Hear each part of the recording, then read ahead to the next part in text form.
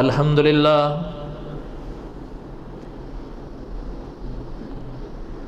للہ حمدا کثیرا طیبا کما امر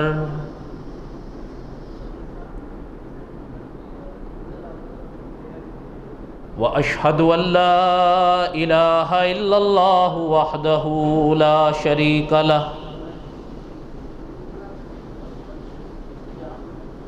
واشهد ان سیدنا وسندنا ومولانا محمدا عبده ورسوله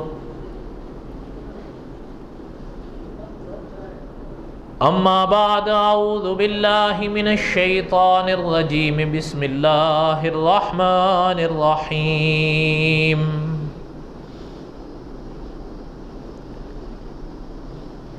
نحن نقص عليك احسن القصص بما اوحينا اليك هذا القرآن وان كنت من قبله لمن الغافلين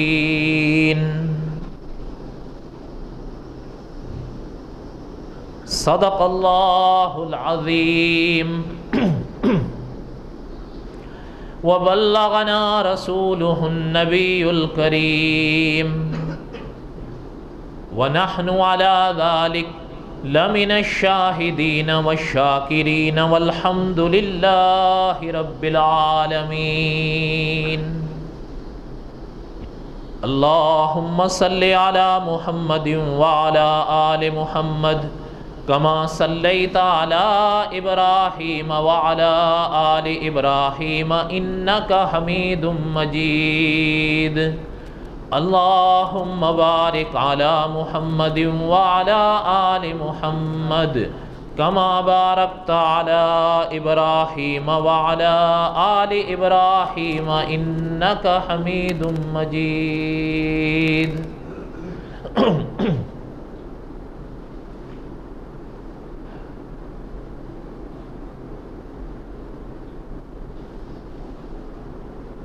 ماہ رمضان سے پہلے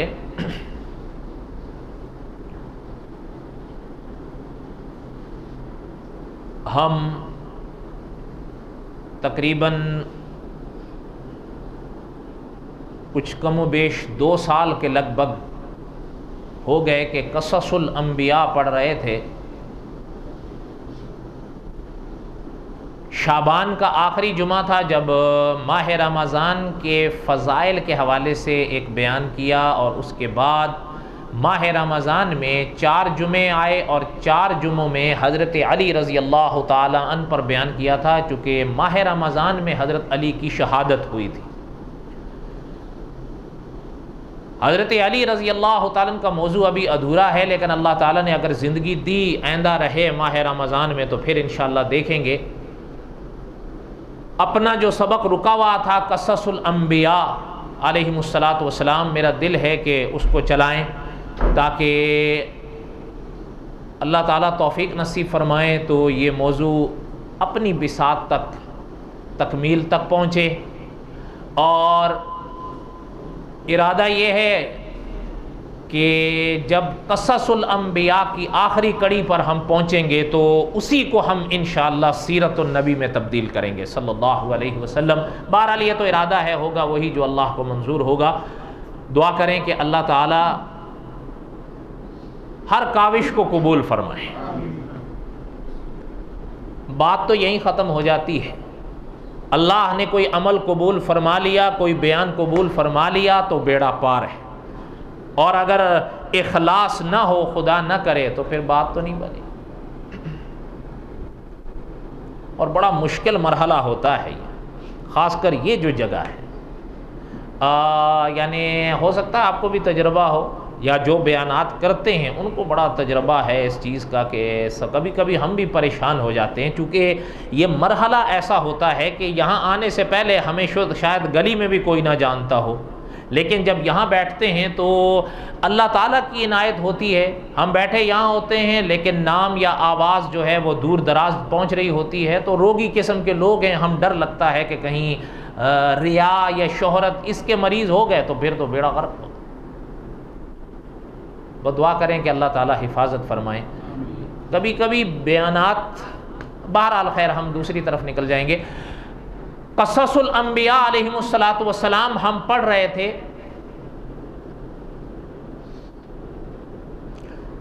جہاں تک مجھے یاد ہے حضرت صالح علیہ الصلاۃ والسلام کے واقعات ہم پڑھ رہے تھے، ایسا ہی ہے. اور ہم وہاں پہنچے تھے جب قوم نے حضرت صالح علیہ الصلاۃ والسلام سے معجزہ مانگا تھا، ایسا ہی ہے نا. اور یہیں پر مجھے یاد آ رہا ہے کہ جب حضرت صالح علیہ الصلاۃ والسلام نے ان کی بات کو سنا اور وہ یعنی پوری قوم حضرت صالح علیہ الصلاۃ والسلام کے پاس آئی تھی اور بڑے عجیب انداز میں انہوں نے حضرت صالح علیہ الصلاۃ والسلام سے شرطیں لگا لگا کر مطالبہ کیا تھا، الا ماشاء اللہ.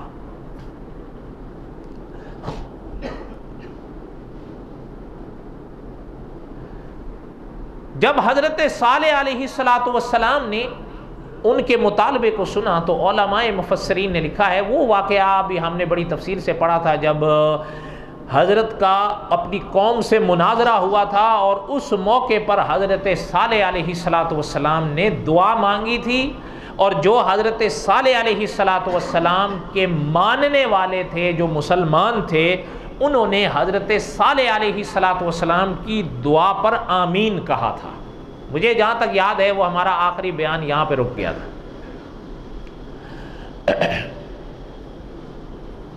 جب حضرت صالح علیہ الصلاۃ والسلام نے دعا مانگی اور خدا کے نیک بندوں نے آمین کہی، علماء مفسرین نے لکھا ہے اللہ تعالیٰ نے حضرت صالح علیہ الصلاۃ والسلام کی دعا کو قبول فرما لیا. اور ساتھ میں صاحب ہدایت کے چراغ لکھتے ہیں کہ اللہ نے فرمایا کہ صالح علیہ السلام ہم آپ کی دعا کو قبول فرماتے ہیں، اور انہوں نے جو مطالبہ کیا ہے وہ لفظ بلفظ پورا کرتے ہیں، مگر اگر وہ مطالبہ سامنے آنے کے بعد انہوں نے یا ان میں سے کسی نے انکار کیا تو اسے پھر ہم چھوڑیں گے نہیں اور نہ ہی مہلت دیں. جب جو مانگ رہے ہیں وہ مل رہا ہے تو اس کے بعد تو انکار کی کوئی گنجائش ہی نہیں رہتی. اللہ تعالیٰ کا یہ فرمان علماء مفسرین نے اور دوسرے علماء نے لکھا ہے، فرمایا کہ جب حضرت صالح علیہ الصلاۃ والسلام کی دعا پوری ہوئی اور اللہ تعالیٰ نے دعا کو قبول فرمایا، ہزاروں کا لفظ ملتا ہے، ہزاروں کی تعداد میں تھے وہ لوگ اس موقع پر، کہ جس چٹان کی طرف اشارہ کیا، ایک چٹان کے جی یہاں سے اونٹنی آئے،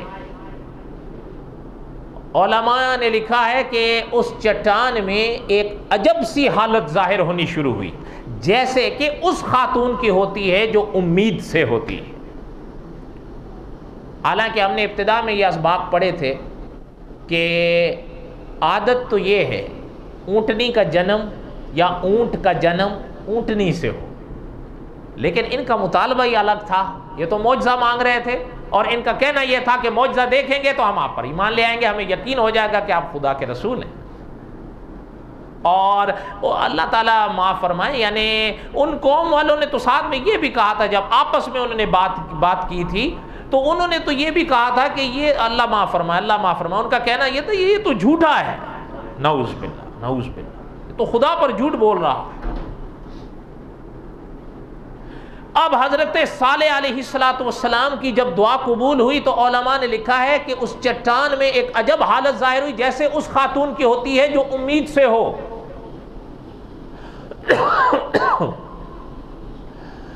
اور وہ دیکھ رہے ہیں کہ ان کے دیکھتے دیکھتے آنکھوں کے سامنے، پوری قوم کے سامنے، اس چٹان سے اللہ تعالیٰ نے ایک اونٹنی کو جنم دیا. اور اونٹنی بھی یعنی ایسی نہیں جیسے انہوں نے مانگی تھی، اس کا رنگ بھی کیا کہنے، اس کا قد بھی کیا کہنے، اس کا حجم بھی کیا کہنا، بلکہ علماء نے فرمایا کہ پیشانی پر اس کا کالا داغ نما رنگ تھا، ایک عجب شے تھی وہ، اور جو دیکھتا تھا وہ دنگ رہ جاتا تھا۔ اچھا، وہ جب آئی، آپ کو یاد ہوگا ان کا چوتھا مطالبہ یہ تھا کہ وہ اونٹنی تو ہو لیکن حاملہ ہو۔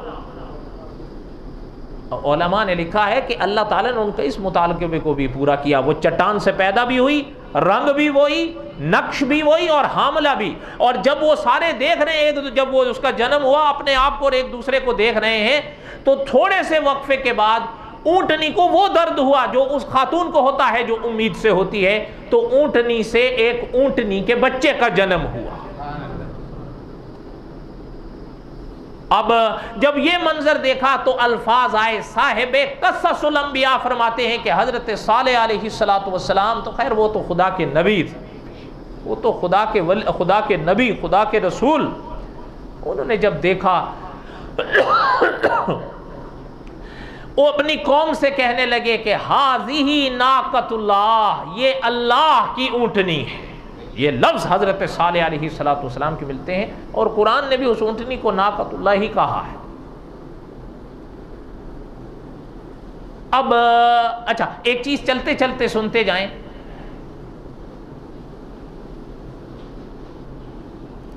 پنڈت دیانند سرسوتی،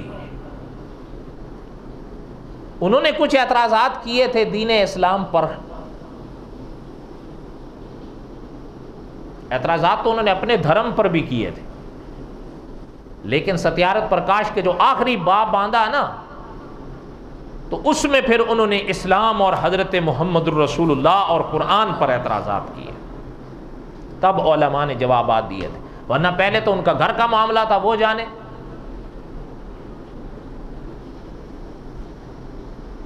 اب انہوں نے جو پنڈت دیانند سرسوتی نے جو اعتراضات کیے ہیں، ان میں ایک اعتراض اس کا یہ تھا کہ ہاذہ ناقۃ اللہ، یا قرآن نے بھی اس اونٹنی کو اللہ کی اونٹنی کہا ہے، وہ کہتا تھا کہ یہ کیا ہے کہ وہ اللہ تعالیٰ کوئی بدو ہے کیا؟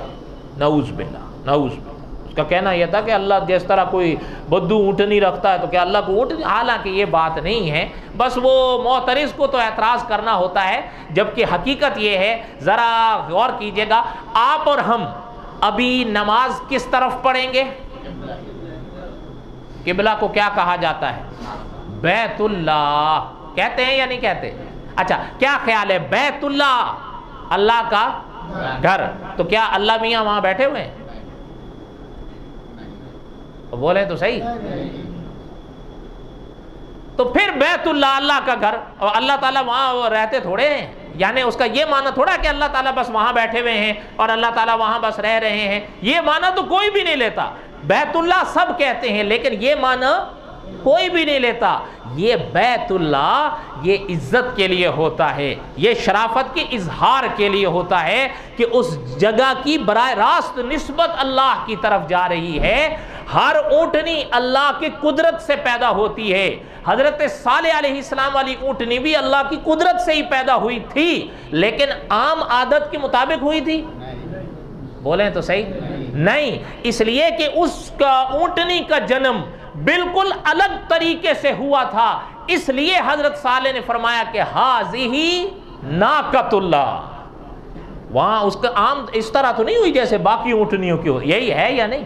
اس لیے وہ حضرت صالح علیہ السلام کی اونٹنی تو ناقۃ اللہ کہلائی ہے، اور قرآن خود کہتا ہے ثمود بطغواہا اذ انبعث اشقاہا فَكَذَّبُوهُ فَعَقَرُوهَا فَدَمْدَمَ عَلَيْهِمْ رَبُّهُمْ بِذَنبِهِمْ فَسَوَّاهَا۔ اور ذرا اس آیت کو پھر سے سنیں، كَذَّبَتْ ثَمُودُ بِطَغْوَاهَا إِذِ انبَعَثَ أَشْقَاهَا فَقَالَ لَهُمْ رَسُولُ اللَّهِ نَاقَةُ اللَّهِ۔ اب اونٹنی کا لفظ آگے، اللہ کی اونٹنی، کوئی بات سمجھ میں آ رہی ہے آپ کو؟ اچھا، اب جب حضرت صالح علیہ السلام نے دیکھا نا، اب اچھا وہ اونٹنی بھی، اس کا قد، اب حضرت صالح علیہ السلام نے فرمایا میری بات سنو، قوم سے فرمانے لگے کہ مطالبہ تم نے کیا تھا اللہ تعالیٰ نے پورا کر دیا ہے، اب جرأت نہیں کرنا انکار کی، لیکن اس کے باوجود علماء مفسرین نے لکھا ہے کہ وہ ہزاروں کی تعداد میں تھے، 6000 لوگ تو اس اونٹنی کو دیکھ کر حضرت صالح پر ایمان لے آئے، باقی پھر آکڑ گئے، وہ کہنے لگے یہ تو جادو ہے، یہ کیسے ہو سکتا ہے، مانگا بھی خود، اب کہہ دیا جادو۔ یہ تو بالکل وہی بات ہے کہ جیسے اکابر نے فرمایا ہے کہ حضرت محمد الرسول اللہ صلی اللہ علیہ وسلم سے مطالبہ کیا کہ چاند کو 2 ٹکڑے کر کے دکھا دیں، ہم مان جائیں گے۔ آپ صلی اللہ علیہ وسلم، آپ نے سیرت کا مشہور واقعہ ہے، آپ صلی اللہ علیہ وسلم نے انگلی کا اشارہ کیا، چاند 2 ٹکڑے ہوئے، مانے پھر بھی، اور کہنے لگے کہ ہم تو یہ سمجھتے تھے کہ آپ کا جادو ہم انسانوں پر چلتا ہے، آج پتہ چلا ہے آپ کا جادو تو آسمانوں پر بھی چلتا ہے۔ کیا کر دیا؟ عام طور پر جو معجزات مانگتے تھے نا وہ ایمان نہیں لاتے تھے، کیونکہ وہ شرطیں لگا کر اپنی صلاحیت ہی برباد کر دیتے۔ تو خیر بہرحال حضرت صالح علیہ السلام کے جو ماننے والے تھے وہ ایک طرف نہ ماننے والے دوسری طرف ہو گئے۔ حضرت صالح علیہ السلام نے ان سے فرمایا کہ اب سنو، یہ جو اونٹنی ہے نا ایک دن یہ پانی پیے گی، کنواں تھا ایک بستی کا کنواں، یہ پانی پیے گی اس میں سے، اس دن تم میں سے کوئی وہاں سے پانی نہیں لے گا۔ کہا جی پھر ہم کیا کریں گے؟ حضرت نے فرمایا اس دن تم دودھ پیو، تمہاری مرغوب شے ہے اونٹنی کا دودھ، وہ تم پیو، لیکن پانی اس دن تم وہاں سے نہیں پیو گی، یہ پیے گی، یہ اس کی باری ہے، دوسرا دن تمہاری باری ہوگی، یہ نہیں پیے گی، اور جس دن تم پیو گے یہ نہیں پیے گی، یہ پیے گی، تم نہیں پیو گے۔ پابندی سمجھ میں آئی؟ اچھا اب وہ کچھ دن تو ایسا ہی ہوا، نبھاتے رہے، آخر تنگ آ گئے، کہنے لگے یار یہ تو ہم مصیبت میں پڑ گئے ہیں، ایک دن ہم پانی پیتے نہیں، دودھ ہی پیئے، اور یہ اونٹنی بھی کیا ہے کہ سارا پانی پی جاتی ہے۔ اب وہ اکٹھے ہوئے کہ کیا کریں اس مسئلے کا حل۔ علماء نے لکھا ہے اس زمانے میں ایک عورت رہتی تھی اسی بستی میں، بڑے جانور تھے اس کے، اور ایک چیز یہ بھی علماء نے لکھی ہے کہ اس اونٹنی کی جو حیت، اس کا جو حجم، اس کا جو روب تھا، جہاں وہ کھڑی ہو جاتی تھی باقی جانور بھاگ جاتے تھے، اگر جہاں پانی اس نے پینا ہے وہ پانی آ کر پیتی ہے، کوئی جانور پاس نہیں، وہ بھاگ ہی جاتے تھے اس کو دیکھ کر۔ کہنے لگی کہ اچھا اس عورت کے لیے مسئلہ بن گیا، یہ عجیب بات ہے۔ جب یہ ان کی میٹنگ ہوئی، مشورہ ہوا، اس میں اس کو موقع ملا۔ اس زمانے میں ایک شخص تھا، اسی بستی میں رہتا تھا، اس کا نام کتابوں میں ملتا ہے کدار۔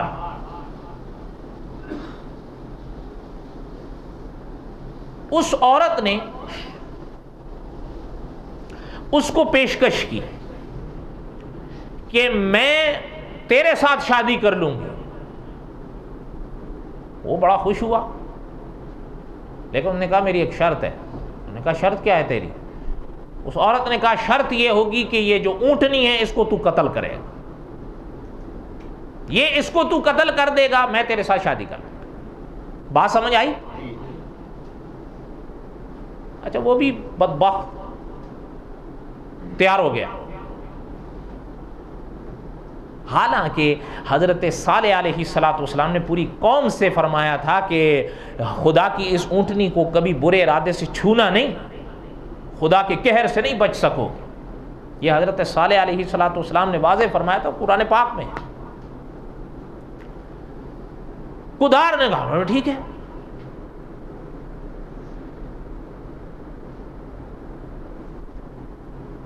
اس نے اس عورت کے اس مطالبے کو اور شرط کو مان لیا، انہوں نے کہا کہ ٹھیک ہے، دیکھو میں اس اونٹنی کو قتل کروں گا، یہ میرا کام ہے، لیکن پھر تم اپنی بات پہ پکی رہنا۔ انہوں نے کہا میں پکی ہوں، تم اپنا کام کرو۔ یہ ایسا شخص تھا، اس کو آپ صلی اللہ علیہ وسلم نے بڑے بدبختوں میں شمار کیا ہے، بڑا بدبخت کہ جس نے خدا کی اونٹنی کو کاٹا۔ اچھا اب وہ کیا ہوا کہ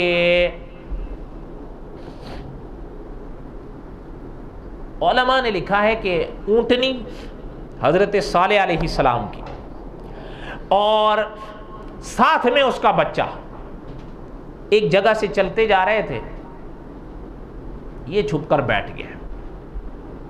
علماء نے اس کے ساتھ اس کے اور چیلے چانٹوں کا بھی ذکر کیا ہے، بہرحال اصل تو یہی تھا بڑا۔ یہ چھپ کر بیٹھ گیا اس اونٹنی کے انتظار میں۔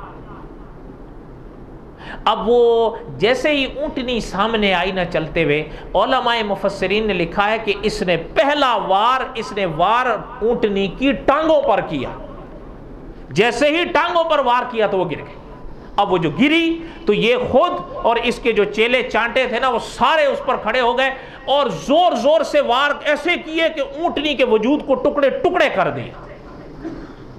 اور علماء نے لکھا ہے کہ جب یہ وار کر رہے تھے اس نے 3 بار آوازیں دیں جس سے پورا ایک علاقہ متاثر ہو، یعنی بہت زوردار آواز، مانا یہ زوردار آوازیں 3 بار نکالی، اور اس کے بعد جو وار اس نے کیا ہے تو اس سے اونٹنی کا دم ہی ٹوٹ گیا۔ جو اس کا تھا بچہ اونٹنی کا، اس کے بارے میں کتابوں میں ملتا ہے کہ اس کے سامنے یہ سب ہوا، ان کے اندر اتنی صلاحیت تو ہوتی ہے۔ اس نے آوازیں نکالی لیکن وہ وہاں سے بھاگ گیا۔ بعض نے یوں لکھا ہے کہ اس کو بھی پکڑ کر مار دیا، لیکن دوسرے مفسرین نے فرمایا کہ نہیں، پرانی کتابوں کے ذریعے یہ پتہ چلتا ہے کہ وہ وہاں سے بھاگا اور ایک پہاڑی کی وادی تھی، پہاڑی نما، اس کے اندر داخل ہوا اور ایک طرح کی آوازیں نکالنے کے بعد وہ غائب ہو گیا۔ اس کے بعد اس کا کوئی ذکر نہیں ملتا کہ وہ کہاں گیا۔ اب جب یہ ہوا تو حضرت صالح علیہ السلام، یہ تو مار کر چلے گئے، حضرت صالح علیہ السلام کو پتہ چلا تو حضرت صالح علیہ السلام تشریف لائے۔ جب حضرت تشریف لائے تو حضرت نے جو دیکھا اور سنا تو حضرت کی آنکھ نم ہو گئی۔ اب حضرت نے فرمایا کہ بدبختو، میں نے تم لوگوں سے کہا تھا کہ اس کو برے ارادے سے چھونا نہیں، لیکن تم لوگوں نے تو اس کو ٹکڑے ٹکڑے کر دیا ہے۔ اب حضرت صالح علیہ السلام نے فرمایا کہ اب خدا کے قہر کا انتظار کرو، تمہیں صرف 3 دن کی مہلت ملے گی۔ کتنی؟ 3 دن۔ کذبت ثمود بطغواہا اذ انبعث اشقاہا فقال لهم رسول اللہ ناقۃ اللہ وسقیاہا فکذبوہ فعقروہا فدمدم علیہم ربہم بذنبہم فسواہا۔ اللہ نے الٹ کر کر مارا ہے۔ یہ انشاءاللہ ہم زندہ رہے تو آئندہ پڑھیں گے۔ کہنے کا مقصد یہ تھا کہ اللہ، یہ ان آیات میں آپ قہر کا جو ذکر آ رہا ہے ان کے حوالے سے، جنہوں نے یہ ظلم کیا تھا، فدمدم علیہم ربہم بذنبہم فسواہا، الٹ مارا ہے اللہ نے۔ اللہ تعالیٰ کے قہر سے انسان کو ڈر کے رہنا چاہیے۔ بھئی مطالبہ بھی خود کرتے ہو اور پھر یہ ظلم بھی خود کرتے ہو، اور پھر وہ بھی بغیر اس وجہ کے حضرت صالح علیہ السلام کے سامنے اقرار بھی کرتے ہو اور پھر اس کے بعد یہ زیادتی بھی کرتے ہو ایک عورت کے ساتھ شرط پر۔ یہ بھی ایک عجیب فتنہ ہوتا ہے۔ ہم ماہ رمضان میں حضرت علی رضی اللہ تعالیٰ عنہ کے ابواب پڑھ رہے تھے نا، ابھی تو ہم وہاں نہیں پہنچے، اگر اللہ تعالیٰ نے زندگی دی ہم پہنچے وہاں پر۔ حضرت علی رضی اللہ تعالیٰ عنہ شہید ہوئے ہیں یا نہیں؟ آپ کو پتہ ہے حضرت علی رضی اللہ تعالیٰ عنہ کی شہادت کے لیے بھی ایک عورت نے شرط رکھی تھی، ایک مرد سے، مانو گے آپ؟ اور آپ شاید نہ مانے، آپ صلی اللہ علیہ وسلم نے جہاں قدار کا ذکر فرمایا کہ وہ بڑا بدبخت تھا جس نے حضرت صالح علیہ السلام کی اونٹنی پر وار کیا، اسی حدیث میں حضور نے فرمایا کہ علی، ایک میری امت میں بدبخت آئے گا جو تیرے چہرے پر وار کرے گا اور اس کے وار سے تیری ساری داڑھی خون سے سیاہ ہو جائے، لال ہو جائے۔ یہ حضور نے اپنی زندگی میں فرما دی اور وہ ویسا ہی ہوا جیسے حضور نے فرمایا تھا، اس لیے کہ آسمان پھٹ سکتا ہے، لب مصطفیٰ کی جنبش غلط نہیں ہو سکتی۔ تو بہرحال یہ تو خیر دوسرا موضوع ہے۔ کہنے کا مقصد یہ تھا کہ حضرت صالح علیہ السلام نے فرمایا کہ اب 3 دن انتظار کرو۔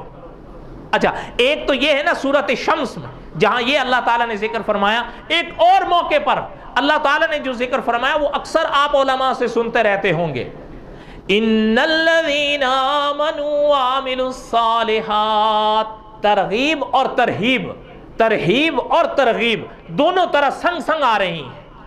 ان الذین آمنوا وعملوا الصالحات لہم جنات تجری من تحتها الانہار ذالک الفوز الکبیر۔ اب اس کے بعد دیکھ، ان بطش ربک لشدید انہ هو یبدئ ویعید وهو الغفور الودود ذو العرش المجید فعال لما یرید هل اتاک حدیث الجنود فرعون وثمود۔ قرآن تو قرآن ہے۔ خیر، کہنے کا مقصد یہ ہے کہ اللہ تعالی ہم سب کو صحیح عقیدہ نصیب فرمائے۔ آپ دیکھیں بقیہ تک قصہ ہے انشاءاللہ حضرت صالح علیہ السلام کا ہم آئندہ پڑھیں گے، لیکن اس موقع پر بھی علماء نے دعوت فکر دی ہے کہ آپ دیکھیں کہ اس قوم کے آگے پیغمبر علیہ السلام نے جو بات پیش فرمائی تھی وہ عقیدے کی تھی، اور پیغمبر کے آگے عقیدے کا انکار کر کے اس مطالبے تک پہنچے تھے۔ عقیدے کی اہمیت کو سمجھو، عقیدے کی اہمیت کو سمجھو۔ انہوں نے معجزہ مانگا، حضرت صالح علیہ السلام نے معجزہ دکھایا، وہ مانے؟ وہ بولیں تو صحیح، خوش نصیب تھے وہ جو مان گئے، جنہوں نے معجزہ دیکھا مانگ لی، اور دیکھنے کے باوجود یہ نہ مانے، بڑے بدبخت۔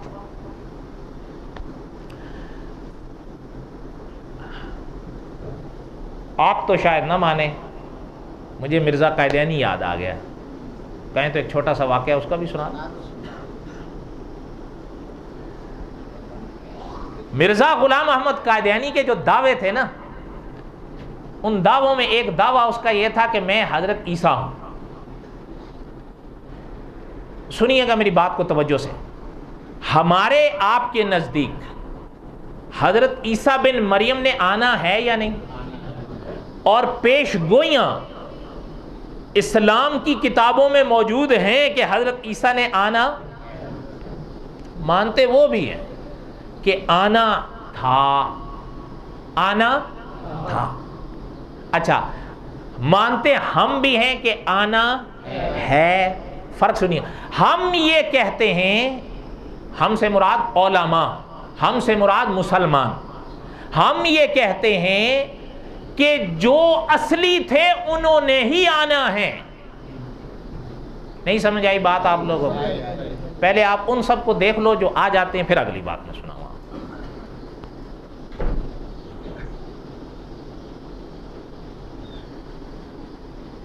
اللہ تعالیٰ رحم فرمائے۔ اچھا خیر، ہم یہ کہتے ہیں کہ جو اصلی تھے انہوں نے ہی آنا، وہ کہتے ہیں نہیں، اصلی نے نہیں، نقلی نے آنا۔ اگر آپ یہ سارا ذخیرہ پڑھیں نا ان کا، آپ اس خلاصے کے آگے جا نہیں پائیں گے۔ جنہوں نے، ہم کہتے ہیں جو اصلی تھے، جن کو کیا کہا جاتا تھا، حضرت عیسیٰ بن مریم، انہوں نے ہی آنا ہے۔ وہ کہتے ہیں نہیں، آنا تو تھا لیکن اصلی نے نہیں، نقلی نے۔ نقلی کیا مطلب؟ اب میں آپ سے پوچھتا ہوں، مرزا غلام احمد قادیانی عیسیٰ بن مریم ہے؟ ہے؟ حضرت عیسیٰ بن مریم تھے، ان کے کوئی والد نہیں، ان کی والدہ کا نام مریم، حضرت مریم۔ اچھا، اس کا نام خود اپنا غلام احمد، والد کا نام غلام مرتضیٰ، ماں کا نام چراغ بی بی۔ اچھا، تو یہ بغیر تعویل کے تو عیسیٰ بن مریم نہیں بن سکے۔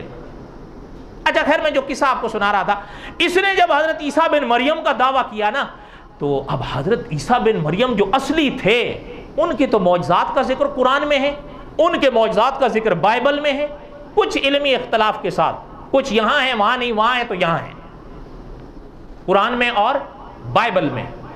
بات سمجھ میں آ رہی ہے آپ لوگوں کو یا نہیں؟ اب قرآن پاک آپ کھولیں، انی اخلق لکم من الطین،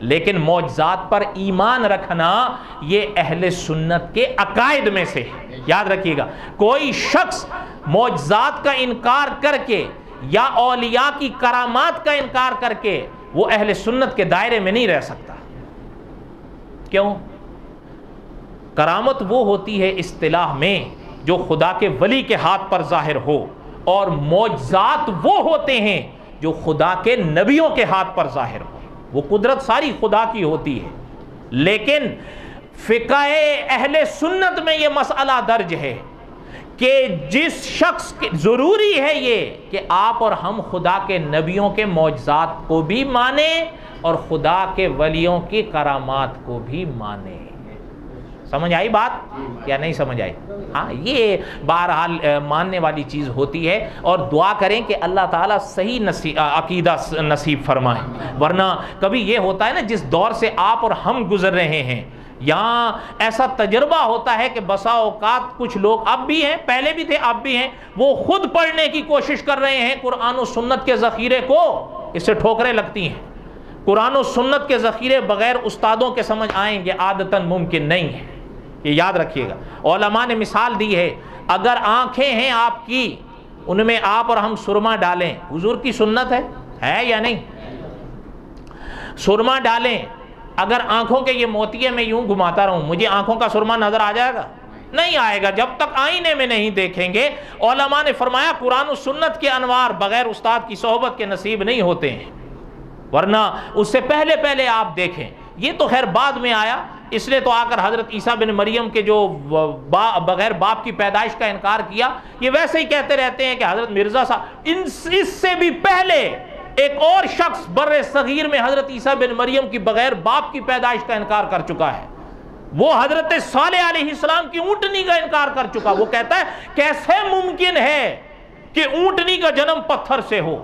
کیسے ممکن ہے کہ بغیر لڑکی اور لڑکے کے ملپ کے کسی ملاپ کے لڑکے کا جنم ہو ہی نہیں سکتا. وہ کہتا تھا یہ عقل کے خلاف ہے.